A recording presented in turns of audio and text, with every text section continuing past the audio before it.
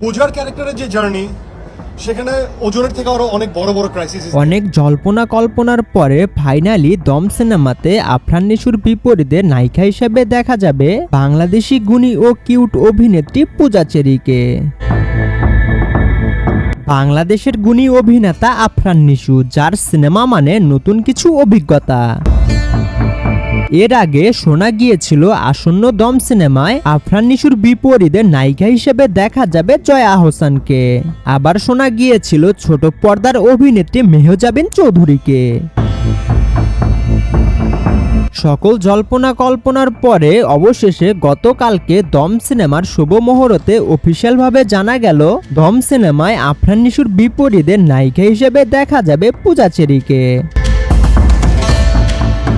দেশের আরও কিছু গণমাধ্যম থেকে জানা গেছে পূজা চেরি বাদেও আরেকজন নায়িকাকে দেখা যাবে দম সিনেমাতে, এবং দম সিনেমাটি যৌথভাবে প্রযোজনা করা হবে। প্রযোজনায় থাকছেন SBF, আলফা আই এবং চরকি। দম সিনেমাটি সত্য ঘটনা অবলম্বনে নির্মাণ করা হবে এবং এই সিনেমাটা মুক্তি পাবে আগামী 2026 সালের ঈদুল ফিতরে। তো আপনি কতটা এক্সাইটেড আসন্ন দম সিনেমার জন্য অবশ্যই কমেন্ট করে জানাবেন। আর আপনি যদি আমাদের চ্যানেলে নতুন হয়ে থাকেন তাহলে চ্যানেলটি সাবস্ক্রাইব করে আমাদের পাশেই থাকবেন। সকলেই ভালো থাকবেন, সুস্থ থাকবেন। আল্লাহ হাফেজ।